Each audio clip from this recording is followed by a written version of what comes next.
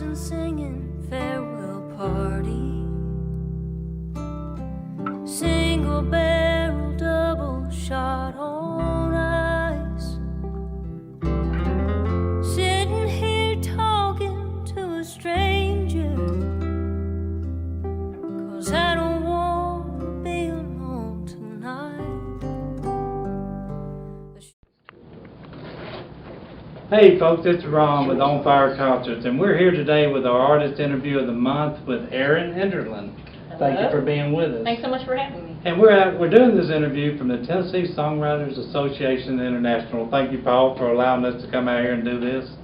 Folks, if you don't know Erin's music with her singing, you know her writing. She has written for everybody from Alan Jackson to Reba to Randy Travis to Luke Bryan.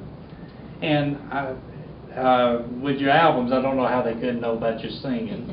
So when you come to Nashville, was Whiskey Town Crier your first album? Well, I've been here, this is actually my 21st year in Nashville. And I had always wanted to sing and perform, but I was lucky enough to fall into songwriting when I got here. I went to the Middle Tennessee State University and started working with a publisher in town, and my senior year in college, actually, Alan Jackson cut Monday Morning Church with Patty Loveless and put it out as a single, so I got to start working full-time as a songwriter. That is an awesome song, one of my favorites. And just real quick, just because I would be in trouble if I didn't mention this, you mentioned Middle Tennessee State. Mm-hmm. I was told to tell you hello by a good friend of ours, Justin Reed. Oh, awesome, I love Justin. Justin just said, you got to tell I said hello, so hello Yes. for Justin.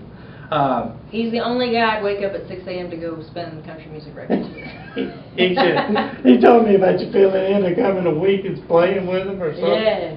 And Justin's a great guy. He does a lot for us. And but I mean, you have written for, like I said, you did the Monday Morning Church, and of the songs you have written for the different artists, which is your favorite?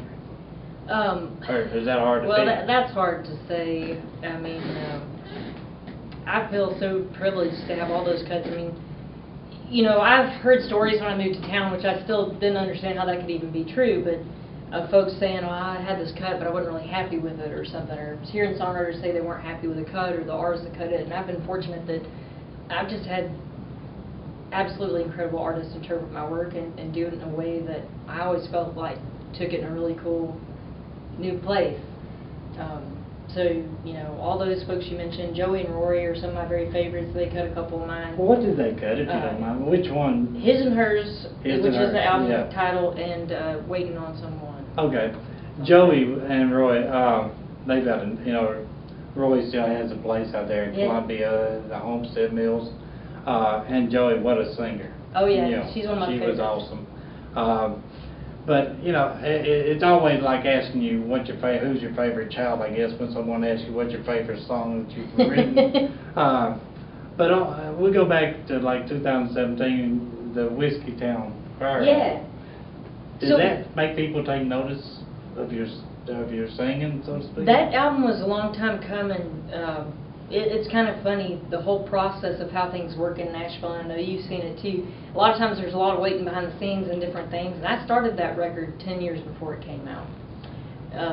But, there's this thing called budget and all this kind of stuff. I got to work with Jim Moose Brown and Jamie Johnson on that. And I had actually put out an EP. I put out an EP in the meantime before that album came out called I Let Her Talk, which Joey actually sang on that song. Right. And that song is what got me on the Grand Ole Opry for the first time. And then Whiskey Town Crier, I didn't want to put it out till I knew that it was right. I'd had the money to get it mixed right and all that kind of stuff. And I tell people I felt like a kid in a country music candy store recording that record, because I got to go in and, Jamie and I was like, well, do we need to do pre-pro? Do we need to, pre-production, sit down and talk about songs or anything? He was like, no, just bring in all your favorite songs. I don't care if they're all ballads. I don't care if they're for radio. I don't want to think about none of that. Just do it. Yeah. And I got to, one of the things that amazed me when I moved to town was that you can have all your favorite musicians. I'm one of those people that I love getting a full album or CD jacket and being able to pour over who's playing on everything and get to have your heroes come in and play on your songs. And that's a blessing to be able to do that. Yeah. And you know, you followed that up, and you and I were talking earlier a little bit, but you followed Whiskey Town Choir up with, what, Faulkner County? Yeah, Faulkner County. And, you know, I mentioned I didn't know this, I read some stuff about you earlier, but, you know, there's been quite a few people who was impressed with that album. I mean, some guy named Elton John and Roseanne Cash. Yes. Tell us a little bit about that. It was pretty wild. I've been so fortunate to get to work with a bunch of my heroes on both those records, singing on them and things. And then I guess I just recently connected with Roseanne's manager, and he said he was the one who gave the record to Roseanne Cash. And I got an email secondhand that someone forwarded me from her saying, you know, hey, this is Roseanne Cash, and I hope you don't mind, but I love your record, and I sent it to my friend Elton. And I was like, wait, first of all, you're Roseanne Cash. And second of all, did you mean Elton John? Like, really? Yeah, and she was kind enough to write up about the record in a playlist for Oxford American Magazine, which is an incredible publication. It's actually published out of my hometown in Conway, Arkansas now, which was really cool. And then Elton's folks reached out and they wanted to have me on his podcast. Well, his radio show, Apple Music, but now you can still go back and listen to it. They changed it into a podcast on Apple. And so episode 261 of his show is titled Erin Enderlin. Oh, okay. And the song that Roseanne was talking about, was it Queen of Marina Del Rey? Yeah. I listened to that whole album last night, and there was some good stuff on that. Thank you. And, you know, I think, tell me if I don't know when you did this, when you first come to Nashville or later on, but you worked at the Country Music Hall of Fame. I did. As a guide there. tour, Mm-hmm. and now you have had an exhibit in the Hall of Fame. Yes, on part of the 2020 American Currents exhibit, they've got this cool really part of their yearly exhibit called the Circle Be Unbroken Room, and they feature a couple of breakthrough artists that they feel like have had significant years, and they pair them with one of their heroes. So not only was I in the Country Music Hall of Fame, but I got paired with Reba McEntire. That's a pretty good pairing. It was pretty awesome. And Yeah. so I actually have a picture of me at 16 when I came to Nashville for the first time, standing in the old Country Hall of Fame next to Reba's dress. And now I got a picture with my outfit next to her stage outfit. And I want to get them framed next to each other and just be like, this is so wild. I've seen that. I thought that's coming full circle. When you start there, taking Mm-hmm. people through, pointing out, this is this and this. Now you can say, this is mine. Yeah. So crazy. You've got a new single coming out. I do. Somebody's Shot of Whiskey. Mm-hmm. Is that tell us about that? Did you write that, or is it someone It's a else? co-write. It's out July 16th, and it's a really special track for me. I had this idea. I saw it on a T-shirt when I was playing a festival out in Kansas a while back. It said, "I'd rather be somebody's shot of whiskey than everybody's cup of tea." And I thought, that's exactly That's pretty good saying, yeah. that's me right there. And I carried it around for years. Nobody bid on it, but I played it. I threw it out to a guy, Ben Chapman, at the beginning of, well, I guess the year that didn't happen. We were doing some Zoom writing, and I was like, man, I got this idea. I really would love to have this for myself. And he was like, let's do it. And he started kind of playing like a Waylon-y type vibe to it. And I love like Emmylou, honky tonk kind of stuff. And so we kind of found somewhere in between there, a little something new. And I think it turned out just the way that I wanted to, which doesn't always happen when you sit down and try to write a song. And then I actually did this project a little different. I played guitar on this for the first time myself, and I produced it. And it was kind of a scary, nerve-wracking experience to do it, but I really thought, like, I just wanted something to inspire me and challenge me over this last year, and I just couldn't be happier with how it turned out. I think you described country music, what it meant to you. I forgot how you worded it, but it's you're feeling somebody's pain, or it's just like when you write a song, or if you hear a song. I was telling Beth, one of the girl that helps me, I said, if Merle Haggard wrote a song. It was a song that you heard and you would say, I've lived that.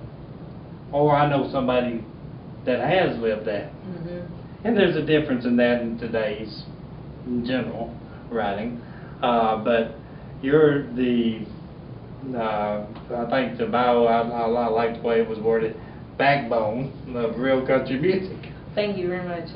I'm glad I paid someone else to write that bio so they could say all kinds of good things about me. Well, they did. So, and I agree with them. So, you have a CD that's, is it out now or pre-saving now? It's pre-sale. The Campfire Covers 3. Yeah, it's so when everybody had to stop touring and everything, I finally achieved one of my goals, which was to figure out how to record on my computer at home, and at least enough to have like a guitar vocal, and I just really started kind of playing around, just recording songs that I just loved. You get into them again, and it just makes you feel all those feelings and fall right back into why you started doing this in the first place. So that was Campfire Covers 3, were there 1 and 2? There were 1 and 2. Yeah, that's okay. I was thinking there had to be. And, yeah, and I'm only making 250 copies of each one. Oh, okay. So. And you have, I've seen your bundles that you have with it. You have coffee? Oh yeah, I made some Erin Enderlin coffee. I figured, if you're out by a campfire, that'd be something you'd want. I thought, now that's pretty cool to put coffee with a campfire, we are just so happy that you're here with us today, and I know you have other appointment to do, but would you do a song for us and close out for us? And I would love to, and also, I'd love it if folks watching, if you want to connect with me, I'm on all the social medias. You can find me, Erin Enderlin. Hit me up, listen wherever you want to, Spotify, Apple Music, all those good places. And right here, right now. And right here, right now, and your website is erinenderlin.com. And of course, social media, everybody, I forgot, it's just amazing what you can do now on social media. Paul and I was talking earlier that that's where everything is these days. Yep. And we are just grateful, and thank you for being with us, and we're looking forward to your new music. Thank you so much for having me. And we're going to let you close out with a song for us. All right.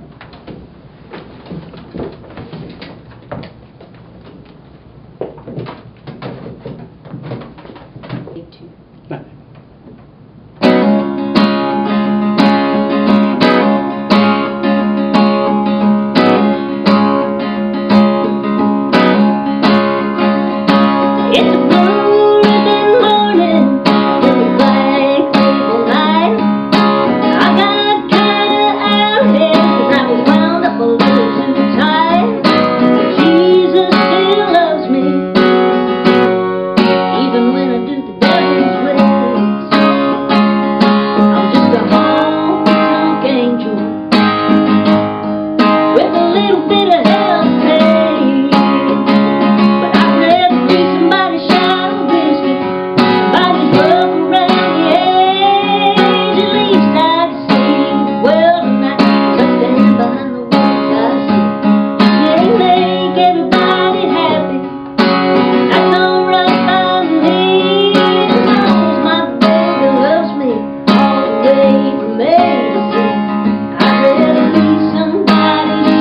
with me.